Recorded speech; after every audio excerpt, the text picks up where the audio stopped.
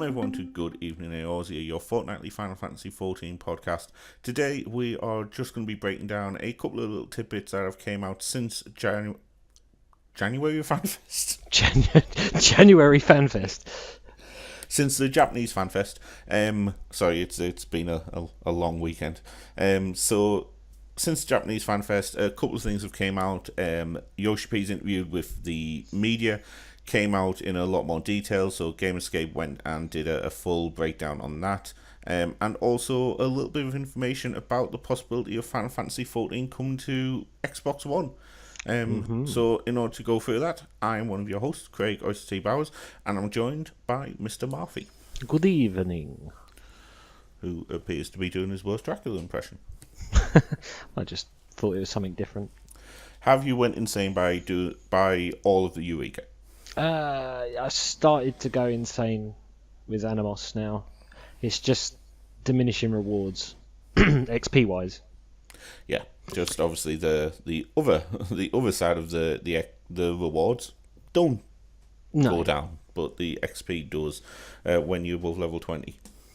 Yes, I mean getting to 20 wasn't too bad, I suppose. I mean, I put off doing my challenge log for some stupid reason that is key to leveling up.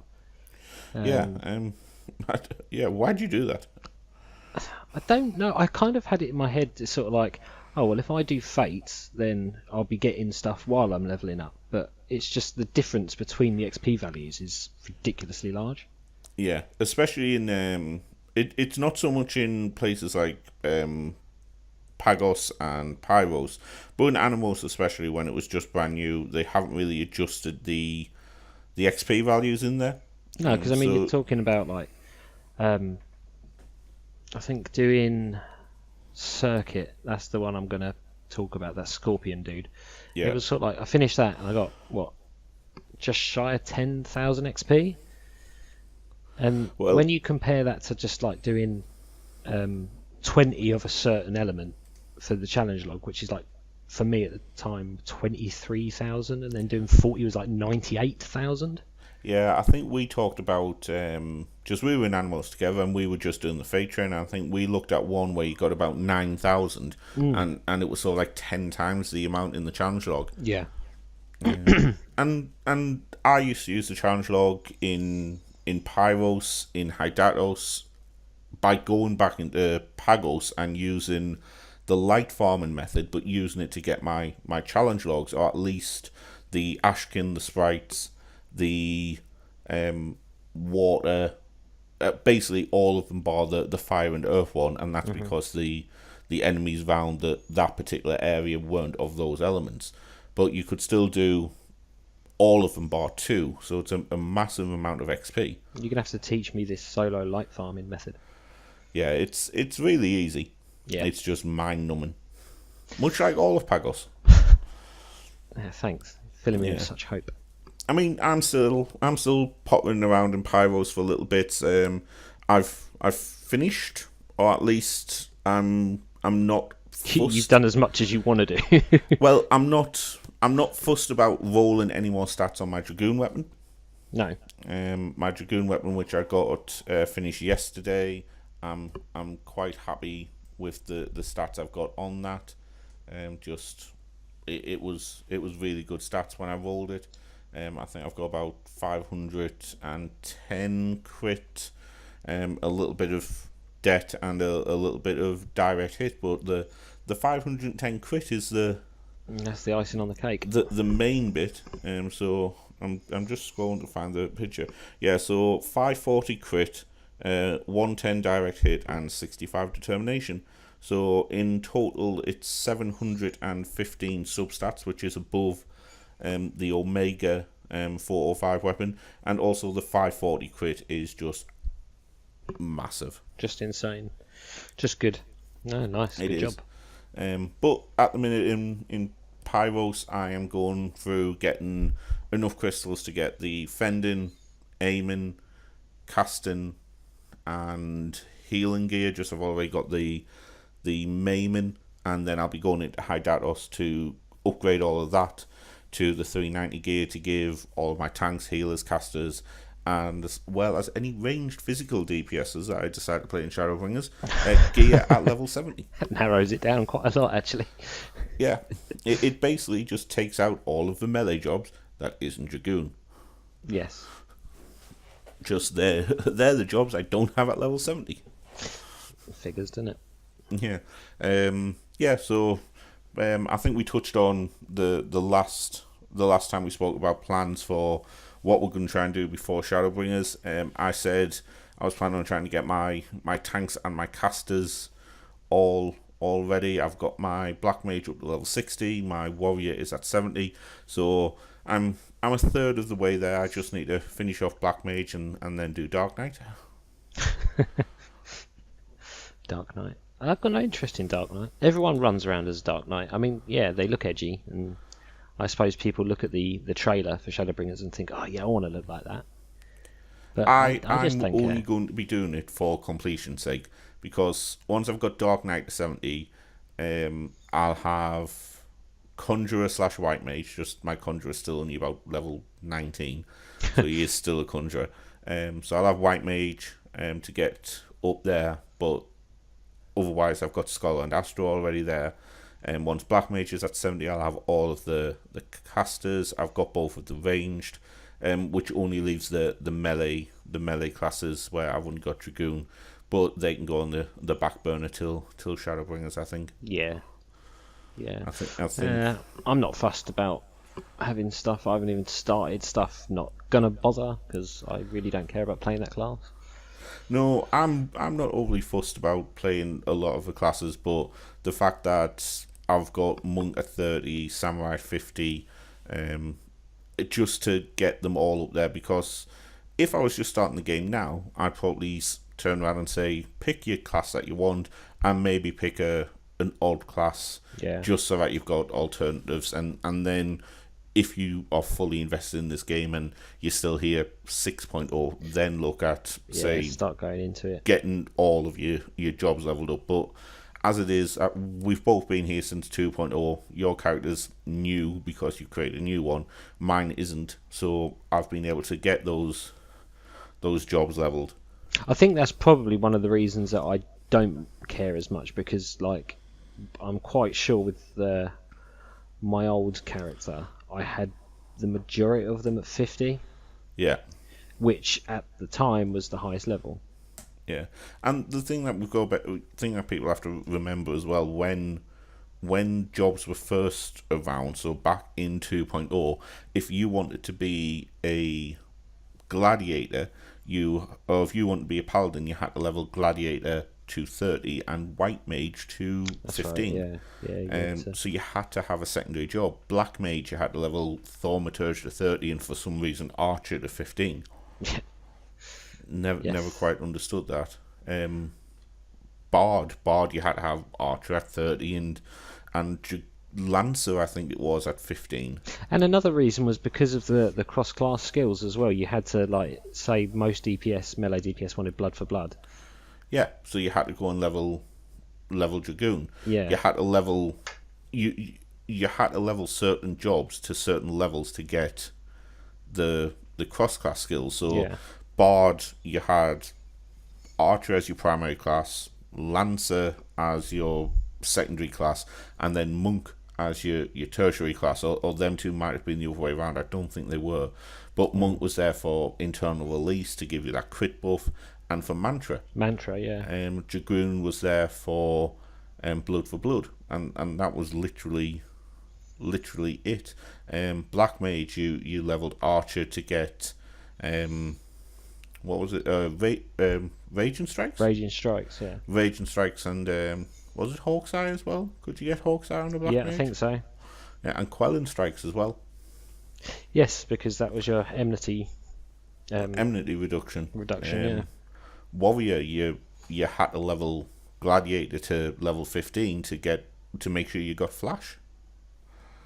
Which was really handy. I wish they still had Flash, to be honest with you. Yeah, Flash is much easier to use than Overpower. It's like, just remember as also as like lower levels being a Gladiator and using Cure. Yeah, Cure, and that was the thing. Until you got your Job Stone, you could use any of the cross-class skills on any of the different jobs. Yeah. So a bard could use protect, a bard could use cure. There were plenty of times when I gave my classes protect and cure under level 30 just for that. That's making it easier being solo stuff. Which we don't have anymore. No, but I think they balanced them quite well. Some of them quite well. Yeah, I mean, over time it's got better. Yeah, since the removal of the secondary classes in Stormblood, it's much easier to do the jobs now. In fairness, sorry about that beep. That's just my Discord. Mine did it as well. Yeah, let's just go and turn Discord off. So sorry to our free company members. We're not ignoring you. It's just obviously we don't want to be disrupting. No, beeping all over the place. So so that's what our thoughts of that are. Just that wasn't planned at all. No, you kind of go on the tangent, don't you? But I think it's quite important to talk about stuff like that. And I think it does. It will feed in. It will feed into Shadowbringers because obviously we don't know what's going on with the cross-class skills, the cross-role skills, because they tried something in Stormblood where they gave each different job role, so caster, range, melee, 10 role actions, which they were able to take 5 of, and some of them were auto-includes, some of them were just pointless to use, things like that. So they then opened it up so you could take all 10, and they realised that they do need to have a think and how they are going to implement those going forward. Having all 10 is quite powerful. It can be. Some For of the them are healers some more. of them are really good, like diversion, obviously for enmity. The two that baffle me still are refresh is great. Refresh is still a great skill. Tactician is still a great skill.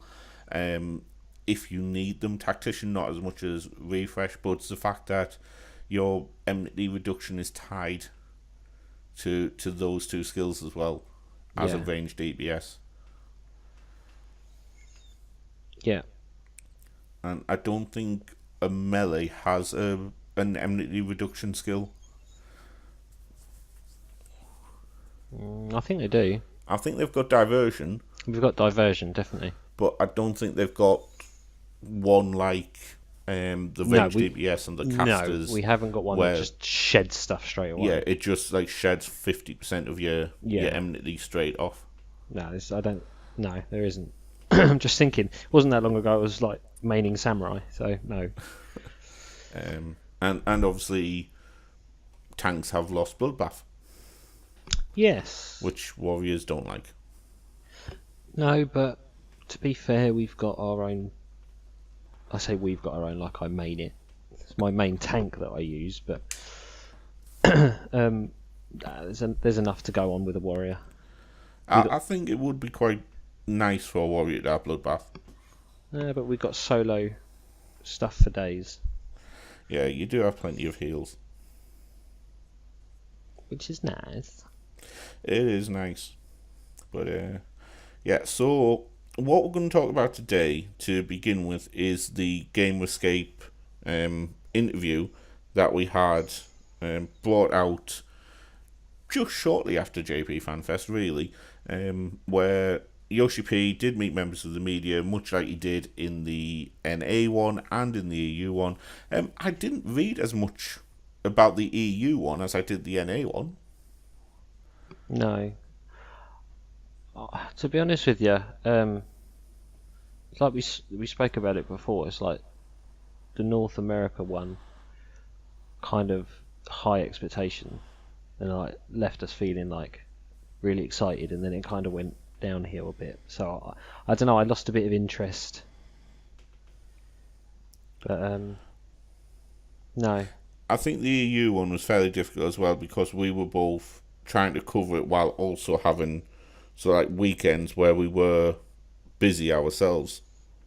Yeah, I mean, it's tough because it's just after sort of like just after Christmas and stuff like that, and then you're trying to sort everything out, and you're busy, and you kind of just, I don't know, I was just tired for a lot of it. Bless you. It's because you're old. You're older than me. Yeah, but I'm young at heart. Yeah, young at heart. Yeah, I'm Old like a in body. granddad. Oh, back when I was young, I could have read all these interviews and I would have been fine. Yeah, nowadays you don't even know that they've happened. No, have you said, right, have you read this one? I was like, oh, there's one? Oh, okay. I just can't keep that much in my poor little brain. Yeah, so over on the channel, there is a video where I break down a lot of the interview, and we're just going to talk about two of the main questions that I think are really relevant at this time. Now, I've been having a discussion, and it was an actual sensible discussion on Reddit, on two separate threads, talking about the first one being main tank versus off tank, and the second one being a discussion about the main stat for Ninja. Oh, Ninja, yeah. Now, the reason that we say Ninja is that it was announced that because Dancer is going to be ranged DPS, it is probably Dex. He doesn't say it is Dex, but I'd imagine it would be. The only way I could think that it maybe isn't Dex is if you're using strength to throw your chakrams or your throwing weapons, and obviously the more strength you have, the more strength you can get behind a throw. It just makes too much sense being Dex though, because obviously it's like a precision thing, isn't it? Yeah. So strength is just like throw them as hard as you can, but make sure it's going back to the old days of Final Fantasy 2.0 where you actually needed decent accuracy. Yeah, well, accuracy was only removed in Stormblood. In Savage Raid and in Heaven's Ward, you actually had to meet a certain accuracy threshold. Was it as recent as that? Sorry? Is it as recent that? Because obviously, I always remember going back to like Binder Coil of Bahamut 10.5. Yeah. Sort of like if you didn't have the high enough accuracy, you could not hit Twintania. Yeah, it was kind of the same in Heaven's Ward. So the bosses had accuracy thresholds for the three arcs. So Via, you needed the least amount of accuracy. Flank, you needed the middle. And if you're hitting them from the front, you needed a high amount of accuracy. And unless you had that minimum threshold, it didn't mean that you couldn't hit, but it meant that it wasn't 100% guaranteed that you would hit. Wow. I can imagine. Because I didn't play through that. No. But in fairness, it was only for those Savage Raids. Extreme, you needed a certain amount of accuracy, but by just having gear at the right level, you had enough accuracy. In the Savage Raids, to begin with, you were actually seeing people meld accuracy materia in order to meet those thresholds. But then they've done away with accuracy and direct hit. So direct hit is the replacement for accuracy. Ah, right, okay. Which is why, is it Heaven's Eye? Yeah. Is the direct hit materia. Oh, okay. So, so that's why gear had accuracy, things like that. So the fact that it is going to be Dex makes me think that they're going to be sharing gear with the ranged DPS. Now, the reason for this is that unless they decide to make it share gear with a ninja, which would just doesn't seem to make sense to me. No, not really. I don't know. It's just the fact that because it is ranged, it just makes sense to share with another ranged. Yeah, and if they were going to make Dancer strength, unless they were going to put another job on top of striking gear and share it with Monk and Samurai, the only melee gear it could possibly go on would be maiming and make it share with Dragoon, Dragoon, yeah. The aesthetics on both sides just wouldn't fit. No, not really. That would be a bit weird. So, one of the questions that gets asked is, if that's the case, we'll have 4 jobs with Dex as the primary stat.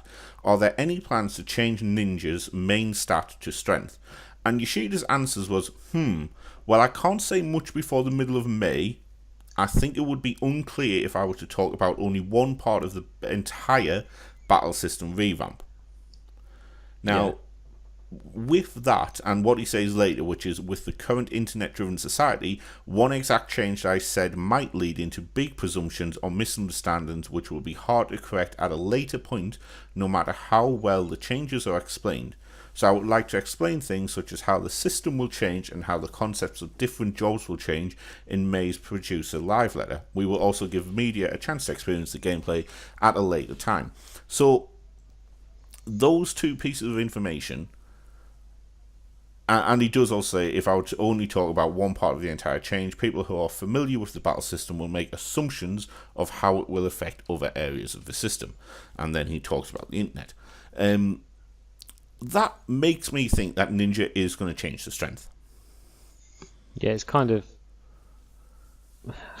Again, it's like he said about presuming stuff, but it kind of makes the most sense when it's spoken like that. Yeah.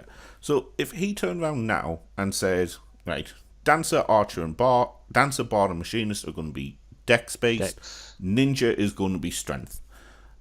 You can pretty much, hand on heart, 99.9% guarantee that there would be threads on Reddit and on the community forums going absolutely ape-s mental how Ninja should be Dex, Dancer's ruining everything, I'm going to unsubscribe, I'm going to burn Square Enix to the ground, I'm going to uninstall this game, I'm going to keep paying this game, but I'm going to whinge about it on Reddit.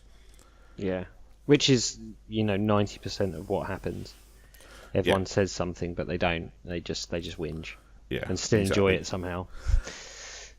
I think, and this is my honest thinking, is that Ninja is going to go to Strength. Ninja and Monk will share gear. Yeah. And Dragoon and Samurai will share gear.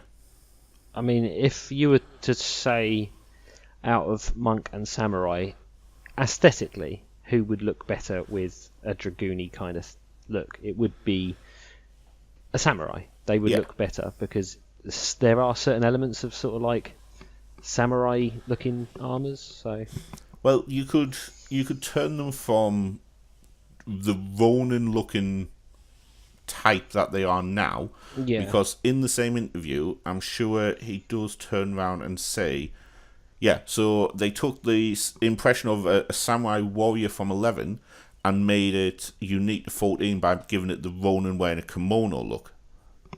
Yeah. So if they went back to the kind of aesthetic from 11 where the samurai was actually a tank, and gave it some heavier, and gave it the heavier armor, it would fit. It would definitely fit. And it will. You just need to like Google samurai images, and you'll see stuff that is like that. Exactly. When I think of samurai, I think of things like Legend of the Five Rings, the roleplay game, the Japanese films that you occasionally see on TV. I'm not a big Japanese film buff. I barely watch any. I think the most Japanese film I've ever watched is Crouching Tiger, Hidden Dragon. Brilliant film. It is. But you think back and one of the shows... Look at The Last Samurai. There's some heavier looking armour in that. Yeah, and believe it or not, and this is going to sound really stupid, Heroes, the old TV show? Oh, yeah. With... I'm not even going to attempt to pronounce his name, but the guy from This Is Us, Milo Ventimiglia-ish? It's close. In the second series, one of the main characters, Masai Tano, he goes back in time to feudal Japan, and they have big, heavy armoured samurai there. Mm-hmm. And while I'm not saying that it's a perfect representation of ancient Japanese culture, it's definitely probably one that's more accurate than most. They're a bit like that in the game Tenchu as well, if you remember that. Yeah, Tenchu. And I'd imagine oh my god, what's it called? Well, the new one? Yeah. Sekiryu. Yeah, that one. Shadows die twice. Yeah. I'm sure there'll be samurai that are fairly heavy armoured in that. There are some big looking dudes. And even in 14, Kugane Castle. Well, yeah, if you look at the, I suppose they're the equivalent of the Iron Giants, aren't they? Yeah. They're heavily armoured. Yeah, I could see a samurai wearing some of that stuff. Yeah, exactly. And I think that way it means that you've got 2 jobs each competing for the same type of gear. Yeah. So you've got 2 melee competing for each different type of melee gear, as opposed to the Dragoon, if any maiming armor drops in a dungeon or a raid, the Dragoon would automatically get it. Mm-hmm. It gives that little bit more gear variety. It means that the aesthetic that can be brought into the job gear design can be slightly modified as well. Yeah. Because you could then get a Dragoon that has just, I know in Bard at least, or in ancient Bard, in sort of like ancient times, like a Bard's front arm would be more heavily armoured than the back. Its draw arm. Yeah. And I'd imagine it would kind of be similar in a samurai, in that the front arm of a stance would be more heavily armoured than a back arm and things like that. Yeah, I think the way they wield their weapons as well, I don't know. You could go into it for days, to be honest. There's so many variations of it. I just think it would just make more sense. And then when it comes to job roles, when it comes to sort of like the accessories, you've got strength gear being distributed between 4 jobs, healer casters between 3, range between 3, healers and tanks. It does just mean that the gear distribution ratio would work a lot better. I think that's the key clue, isn't it?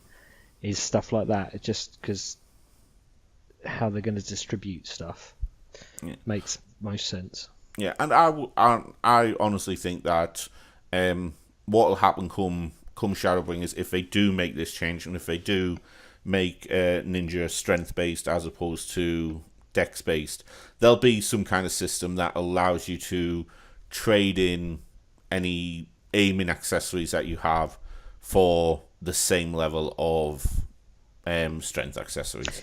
Yeah, they always do stuff like that. It just makes trade this in for a certain amount of tokens, and then use those tokens to get the next thing. Yeah, I think they might. I think in this instance, though, when it comes to this kind of thing, it would only be a case of, it would be like for like. So just a straight swap. Yeah, you trade in a 4 or 5 piece of aiming gear and get a 4 or 5 strength gear. Yeah. Which you just make it's just for people that are changing or that are main in Ninja and are making that transition from Dex to Strength. Mm-hmm. Yep, makes sense. So unless they just give everyone a full set of 400 right side gear and call it a day. Yeah, they just give it to you. There you go. You could but hope. This saves us mucking around. Yeah. And then the next job was this kind of a second, not argument, but actually, just before we move on to that, the other thing I want to talk about this answer, the current internet-driven society, big presumptions, misunderstandings, people making assumptions. Yeah. This has been something that we talked about last time. JP FanFest is now fairly gone. It's, 2 weeks ago now? Yeah. So it is a little bit in the past, but there are still people talking about Dancer not being a healer, no female Rothgar, no male Vieira. But they've answered that though. But on the flip side of that, the feedback is now being given in a much more sensible conversation. It's almost panic stricken, isn't it? It was. Like, I can't believe this isn't a healer. Oh my god, blah blah blah blah blah. And then after you get a couple of weeks out, they're just like, well, it's not going to change now, so I'm disappointed, but I'll deal with it. Yeah, exactly.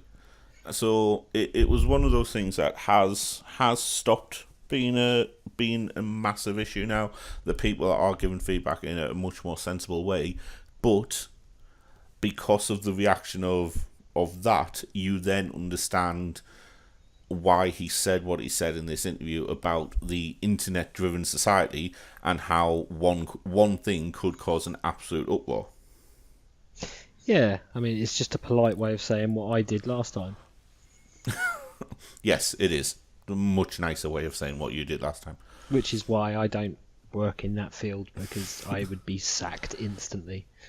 Yeah, you're not a very PR guy, are you? I just don't like stupidity. Which is really stupid, and because I'm as thick as two short planks. So. Well, I'm glad you said that. I was just getting in there before you did. I would not have called you as thick as two short planks. No, you'd have been something much stronger. Yeah, definitely. Northern monkey. So, the next question was, I think a lot of people were able to predict that Dancer was coming, but thought it to be a ranged DPS was a surprise. Since Gunbreaker's tank, a lot of people thought the next job would be a healer. Can you give an explanation of why you decided on a tank and a ranged DPS? So I'll just read the answer Yoshi P read, and we will stop at various points just to discuss what he said.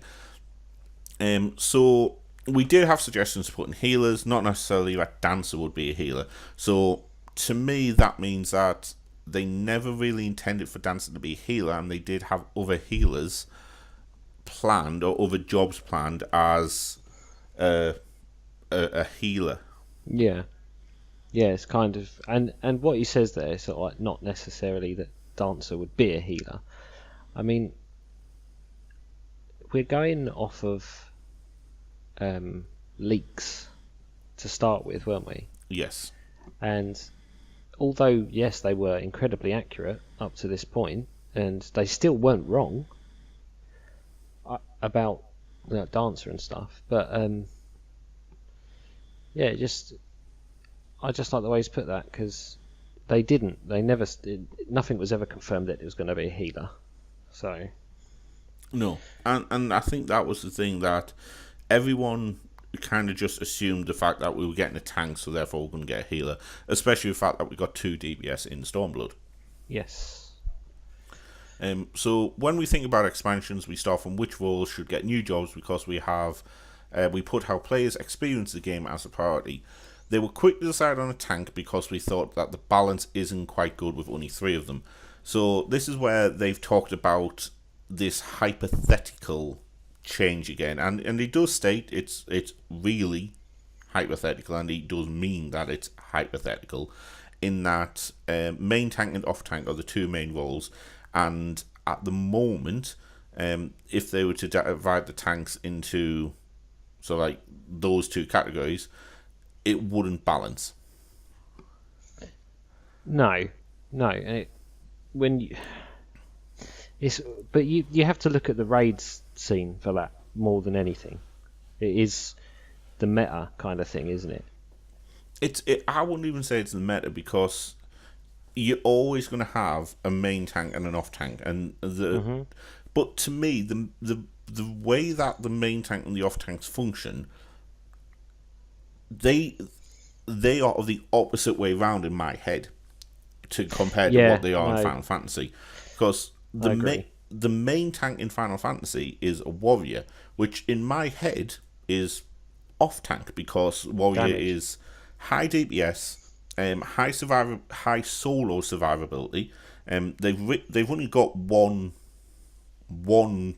group utility shield. Okay, it's absolutely mental in Shake It Off, especially if you use it in combination with, Vengeance, Raw Intuition, Thriller Battle, and in a Beast. I think that's about it. I think those 4 can get taken Yes. off. If you've got all 4, Yes. then you shake it off. It's around about a 26% shield. Yeah, no, it's good. Which is insane in terms of how much damage it can actually absorb. If you're getting hit for 10, Yeah, if you're saying getting that, hit, it's not something you're going to use in conjunction with all those other. no, things it's often. not. But if you are, say, not failing a DPS check, because it won't stop a fail. But if you're at, say, 90% on a boss ultimate attack, Yeah, then if you've got all those tools available to you, pop them all, shake it off, and instead of that boss hitting you for, say, 50, instead of hitting you for 40k, it's hitting you for 30k. It gives healers much more of a fighting chance. well, it just frees up healers, because if they've only got to heal like if they've only got to heal 20k of damage, or 25k of damage, as opposed to 50k, it'll keep people alive, for one, especially when used in conjunction with things like Succor and Sacred Ground and Collective Unconsciousness and things like that, Passage of Arms as well. Yeah. But to me, because it's high DPS, it's only got that one real bit of group utility. That, to me, makes it an off-tank. However, in 14, because it's got massive damage that you can use to pull, because even though you're in your tank stance, you can hit Unchained, and you're not suffering any damage penalty, and your damage is constantly higher than a Paladin or a Dark Knight, it makes it the best pull tank. Yeah. And the fact that because it can pull and then hit out so much DPS, even in damage stance, it keeps it up at that aggro level. So it becomes the main tank. The off tanks are the Dark Knight and the Paladin. Especially the Paladin is just a strange off tank to me. Not obviously, it kind of makes sense in Final Fantasy 14 world, but when you actually look at it with the big sword and the shield, it's key, heavy armor shield. It's the stereotypical main tank. Yeah, that's the guy that's gonna. Who's gonna stand in front of a fire-breathing dragon? You're gonna block the fire with your shield, and it's like not with an axe. No. And that Paladin to me is the stereotypical main tank, but because it's got low DPS, its empty generation combo is poor, and it's got so much group utility. Yeah, for days. It immediately it should be the main tank to me, but because of what it does, it drops into the off tank role for 14, because of its low DPS, its low enemy generation, and its cooldowns and group utility, making it so that it's not having to use single cooldowns to take tank busters or group cooldowns to survive incoming damage. It's using the group utility to help the group. Yeah. And Dark Knight, new rules play Dark Knight, but we know that it falls into the off tank role as well. Yeah. So they wanted to try and balance the job so that there's 2 of each. There's 2 main tanks and 2 off tanks. And Yoshida has turned around and said that it is hypothetical, the fact that they want to do it, but because they mention it so much, I don't think it's hypothetical anymore. No. So come Shadowbringers, come mid-May when the producer live letter comes out. Can't wait.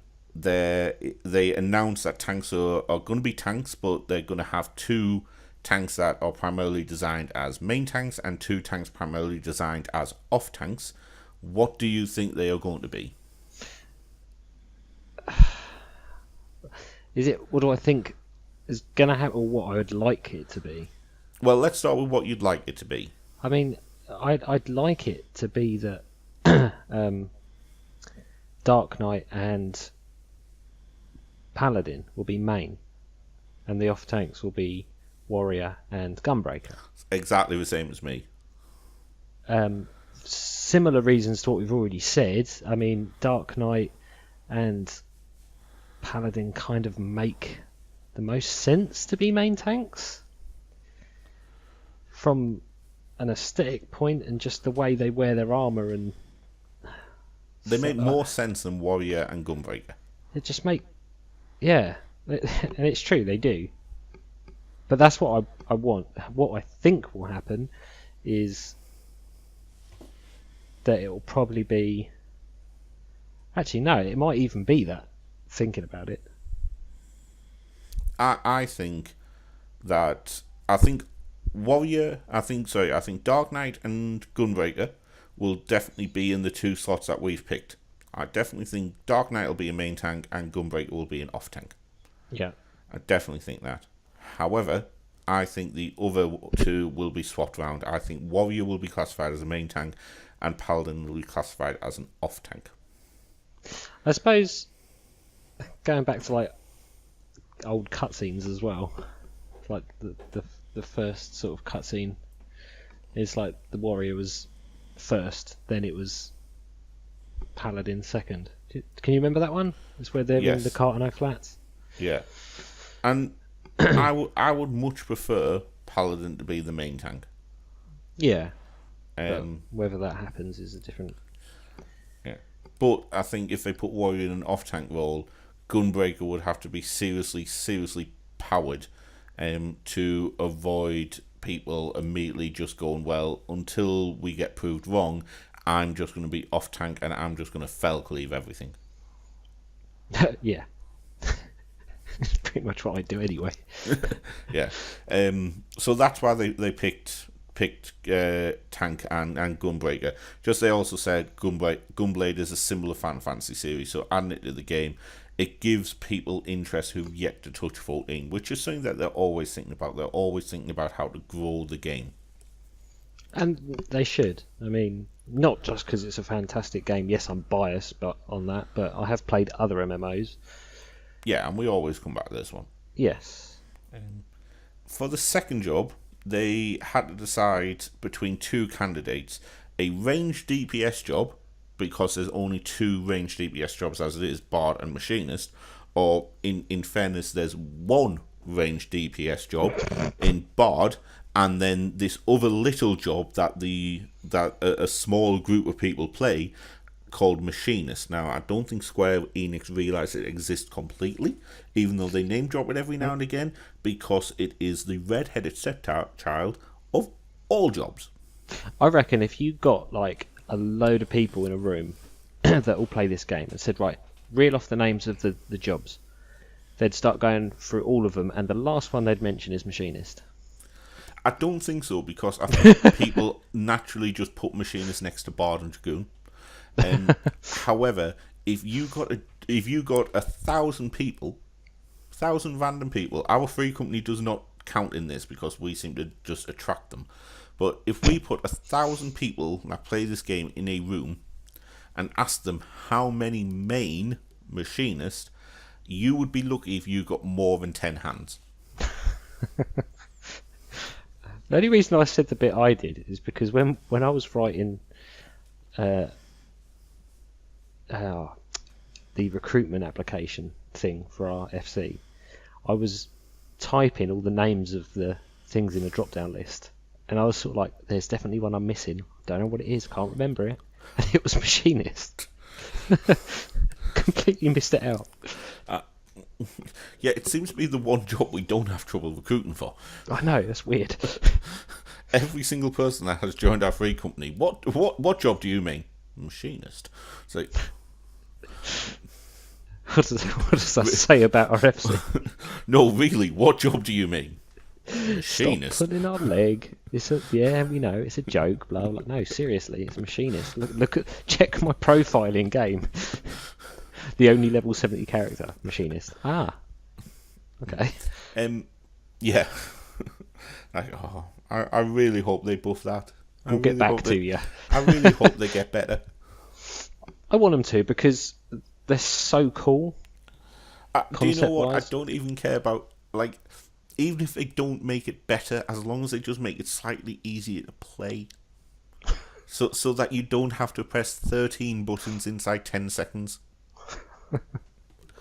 And if you don't press all 13 inside 10 seconds, or you die in the minute between the next 2 10-second windows, that it doesn't completely destroy your DPS. Or better yet, if you don't die inside that 10-second window. Yeah, well, moving out of AoEs helps, doesn't it? Yeah. Yeah, just that's why I've started leveling a Black Mage. Just I really like moving. Healers adjust. Healers adjust. Boss, you adjust where you're putting your AoEs. Yeah, these are my ley lines, and I am not moving from them. Aim your AoEs everywhere else. Do you know what? I ran Som Al, not hard mode, just normal Som Al twice with my Black Mage, and the first boss, I put my ley line down, and the first thing he does is cast his giant 8-way diagonal AoE, and as well as his on the ground AoE centered on me. And it's like, I've got nowhere to move. Just if I move straight forward or straight back, I hit one of the 8-way AoEs, and it just takes too much. I've died every time that's happened at the beginning of that boss. I've died. It's like, no, I'm going to tank it. I've tried to move, but I try and move forward out of my AoE that's centered underneath me, and I get hit by the 8-way AoE, and then I suddenly realise I'm running into it, so I try dodging backwards out of that AoE into just my AoE, just to try and only take one, and I end up taking both. You know, you got that move as, I don't know what it's called, the ability as Black Mage where you teleport to your ley lines. Yes, at level 62. Do you think it should be the other way around, that the ley lines teleport to you? That would be quite cool. I was just thinking, because like a lot of the time, if you're moving out of something, it's because it's going to be persistent. Yeah. So you can't go back there anyway. But if it was to follow you, it makes more sense. Well, it'd be more helpful anyway. You never know. In Shadowbringers, you might get one that turns the entire arena into a ley line. Don't worry, guys, I got this. Yoshi P has said that Black Mage is going to be getting new abilities. Super ley lines. Yeah, Yoshi P turns around and says, "Oh yeah, Black Mage are going to be getting new things." It's like every job's going to be getting new things. Be more specific. He can't. No, he can't. Yeah, so it was a choice between Bard and Machine, a ranged DPS or a healer. So they have had difficulty balancing the three current healer jobs. Part of that's due to the Scholar's Fairy, because as it's basically a mini healer. Yeah, it's like having an extra Lalafell. Yeah, dwarf. Oh yeah, good point. It's basically like having 2.5 healers having a scholar in the group because of Whisper and Dawn and Embrace. Yeah. So it's got inbuilt redundancy because it can do things. It can, if you want to have Eos out, it's got Whisper and Dawn. Is Eos the one that's got the one that cleanses everything? No, that's Celine. But Celine's got a cleanse and the other one, the attack speed up. I don't know what it's called. I've never used Celine ever. I've got a scholar, but I never used Celine. So was Eos. Yeah, I always use Eos. Literally, when I was leveling my scholar, I literally put Eos on obeys just so that it didn't waste the whatchamacallit ones. Mm-hmm. Eos. So yeah, Embrace is the cure. Whisper and Dawn is the regen one. Fey Covenant is the one that increases magic defense, and Fey Illumination is increase of healing potency. Yeah. Celine Embrace is still a heal. Silent Dusk is a silence. Fey Caress is the cleanse, and Fey Wind is the weapon skill cast time and recast times. I mean, I like the idea of having Celine was again. Does that fall under a sort of main healer off healer thing? I think they've tried to do away with main healer, off healer. I know they have, but it's sort of like, it's for me, Celine still falls there. The other side of it as well is that, and it's something that I don't agree with, and Yoshi P has came out and said he doesn't, it's not that he doesn't agree with it, but content is designed around them not needing to, but healers in Final Fantasy XIV are expected to do the minimal amount of healing possible to get through a fight. Yeah. And do the maximum amount of DPS. I don't like that. No. They're expected to do the maximum amount of DPS while doing the minimum amount of healing. In my opinion, it should be the other way around, and the healers are there to heal. Yes, throwing out dots and throwing out the occasional DPS spell is nice, but it shouldn't be where if you aren't DPSing, you are negatively affecting the group. I kind of always feel like with the healers as having like damage attacks is just to get you through story if you play it as a main role for solo. I'm pretty old school in this, but a healer should heal. Yeah. Like you said, throwing out dots is alright, but I don't know. I think I'd actually prefer it if...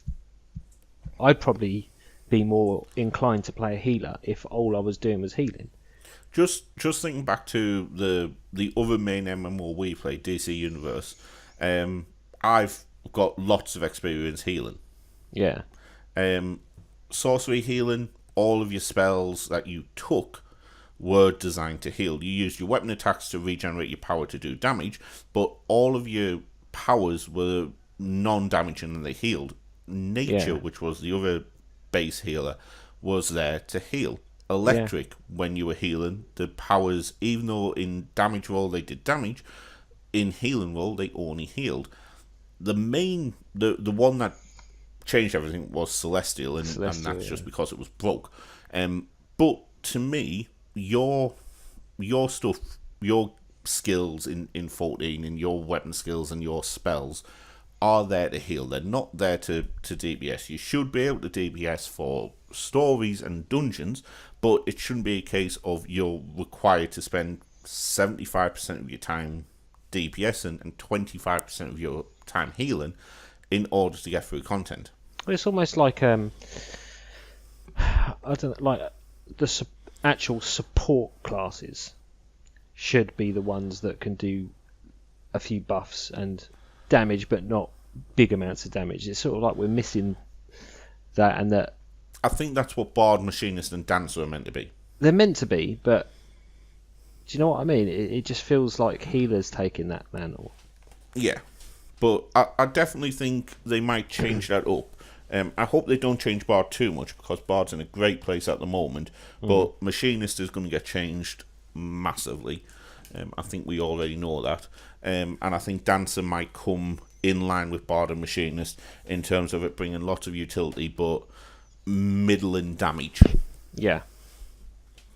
But they also talk about how they can't balance the healers at the minute because of the way that the healers work. So they're kind of divided at the moment into barrier healers, which are Scholar and Diurnal Astro, and pure healers, which are your White Mage and your Nocturnal Astro. But the difference there isn't as clear as main tank and off tank, and because they've only got 3 healers, they want to balance those 3 healers in order to try and get it better. And because they wanted to balance those 3 jobs, they didn't want to add a 4th one in because it would make it more difficult to balance, so that's why they chose range DPS. From a healer's, like, outside looking into a healer's perspective, I'm kind of glad that they haven't done another healer, because they do need to fix that whole healer aspect of it, and like actually get a decent balance. Yeah, and I think it does need a balance first. Yeah. It just to see what... It's almost to see, like, what are healers actually meant to do? I know that's stupid, they're meant to heal, but... You know what I mean? Like we were just talking about. It's sort of like, do they just heal every now and then, but try and dish out much damage? Or I think that is the big problem. for balancing. I do, and like you said, with the barriers and stuff. Yeah, I think they definitely need to figure out a way to decide how they are going to actually dedicate the healers and to split up the healers, because it is a massive thing that they need to decide on how they are going to do it. They need to decide, is Scholar just going to be a barrier healer? They need to decide if White Mage is going to be a pure healer. Yeah, because I mean, if they're going to balance them properly and stuff like that, then White Mage should have the ability to put some shields up, and Scholar should, but then the Fairy. So this is the problem. This is why they're struggling with it. Yeah.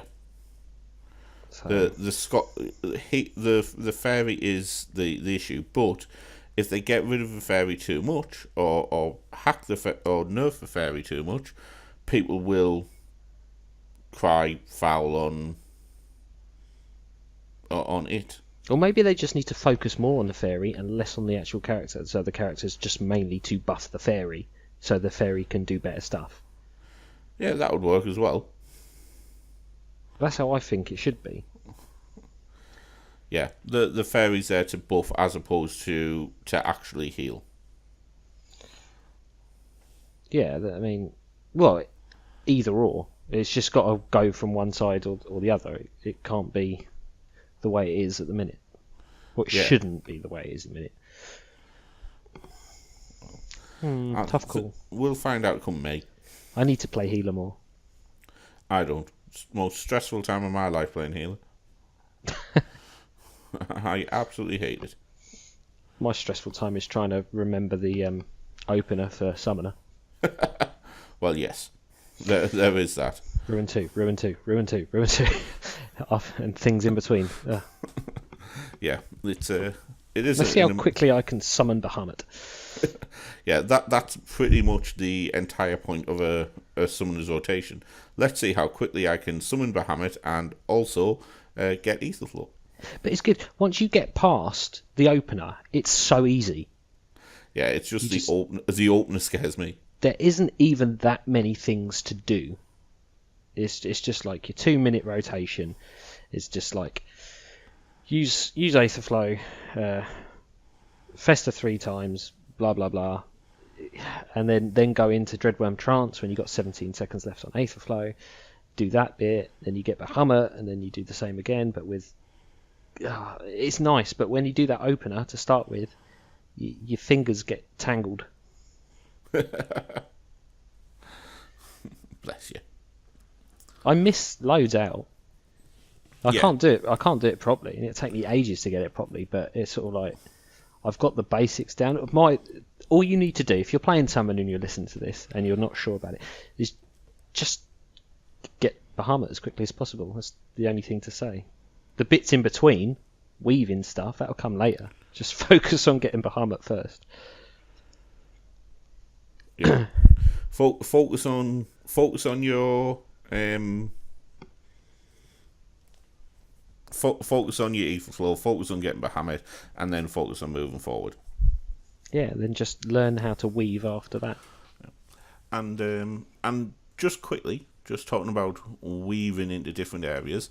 At JP FanFest, there was no mention of this. At NA FanFest, there has been no mention of this. In EU FanFest, there has been no mention of this. Yoshida did give an interview with Kotaku and stated at the time that they would love for Final Fantasy XIV to be on as many consoles and on as many gaming platforms as possible. Because when Final Fantasy XIV first launched, it was offered to both PC, Xbox and PlayStation. Xbox said yes on the proviso that you still needed gold, so you had to pay both gold membership to them and subscription to Square Enix, and that there was Xbox server only. Yeah. So PlayStation could play with PC, but Xbox still had to have their own individual servers.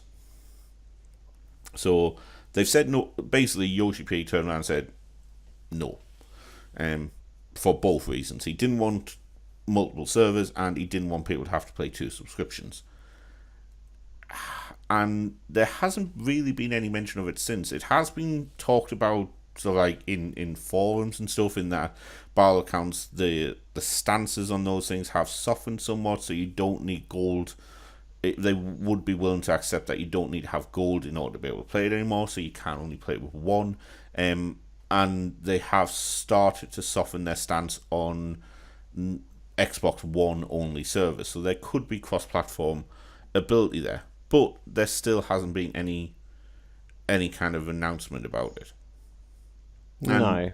You would think it would be something that they would have brought up at a fan festival if there was anything.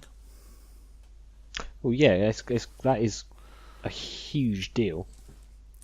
However, E3 is coming. It is indeed. And E3 is coming before Shadowbringers, Yep. I believe. So they could announce something at E3, because in the UK we have got the, I want to say ESRB, or Peggy, basically, who go and rate everything. I think it's in America, the ESRB is there as well. But basically they rate the games. And on the Brazilian Games Rating Board website, there has been a screenshot posted of the PC version of Shadowbringers being rated A12+, the PS4 version being rated A12+, and the Xbox One version being rated a 12+. Now, we know that doesn't confirm everything. No. But do you think it's possibly? I think that yes, it is possible, and I think that it should definitely happen. Because there's too much stupid red tape and stuff about this cross-playable stuff. They did it with Fortnite and stuff. It's like, it should happen. Yeah. Really now should. the only problem with this is that it had been picked up that Heaven's Ward was rated on the same website for Xbox 360. Yeah, so it could just be a mistake. Yeah. And by all accounts, it is littered with mistakes. But I would hope that it could one day come to Xbox. I mean, I've no intention of ever owning an Xbox again. I own one Xbox 360. Got no intention of owning an Xbox One or whatever the fifth generation of gaming consoles is. I'll stick with my Sony PlayStation if you don't mind. Well, let's face it: PlayStation 2, PlayStation 3, PlayStation 4, soon to be PlayStation 5, Xbox 360, Xbox One. Where are they going? What's the next one? Xbox One S. Xbox 720.5. With a twist. Yeah, exactly. Yeah, so I don't think at this time it's coming to Xbox. I wouldn't be surprised if 6.0 there was something for it, though. I think it's about time. Look, they stopped all this stupidity. It's not gonna. The thing is, though, because they're so ingrained into people now, you're either, well, not everybody, but most people, you're either an Xbox player, a PC player, or a PS4 player. You do get people that go on all three because they've got far too much money. And all that, but it's not going to change just because they said, "Oh, this is coming to Xbox now." The PlayStation community aren't going to suddenly go, "Oh, I'm going to buy an Xbox now." No, they're not. And it could be that people would go who have both will go and play it on one, but unless they allow character transfers across servers, I can't imagine very many people will do it. No, I mean it's more. I think they can do it in special circumstances. From like PlayStation to PC. I think I've heard of that before, but it has to be for a pretty good reason. Like, I don't think it will. No, but then they should just do it anyway. Give people with Xboxes a chance to play with us, because I've got no problem with it. Well, we shall see in the future in terms of the Xbox. I don't think it will. I think it'll be a lot later in the game cycle, or maybe even hold off until the actual next Final Fantasy game, or next online game anyway. Yeah. But that... Oh, go on. I wasn't going to say anything. I thought you were going to start saying something. Making a funny noise. No, I got nothing else to say about that anyway. Well, yes, but we have run out of time because it was a short show today. There's not really that much to cover at the moment. We will have more to cover next time, as we have got some interesting shows coming up and some plans for what we're going to do on those. But you say that you've got nothing to say, but how about you tell these lovely people where they can find you on social media? Lovely people, that's subjective. You can find me on Twitter at Mr_Marfy. I am active on there. Sometimes. Are you? Sometimes, yeah. I've been busy, alright? Look, I have a family, I have work, I have commitments, I have a very bad back at the minute. Not that that's an excuse, but I do go on there. I do look at stuff. Fair enough. I read it as well. I mainly just read through Twitter. You can find me on Twitter. It is at OistyFFXIV, and if you're listening to us on any other form of listening platform other than YouTube, head over to our channel, Good Evening Eorzea, like, comment and subscribe for any future content as well. I am still working on the Stormblood recap videos. They're taking a little bit longer than I would like, as well as the getting ready for 5.0 videos that will be coming in the near future. Yes, I am very much looking forward to seeing your recap videos. You're putting a lot of work into them. I'm telling you all now at home listening to this, he's working bloody hard on the scripts for them, so you have to watch it. Yeah, just give it time. Right, anyway, that's a good night from me. And it's a good night from him and myself. Goodbye. Bye.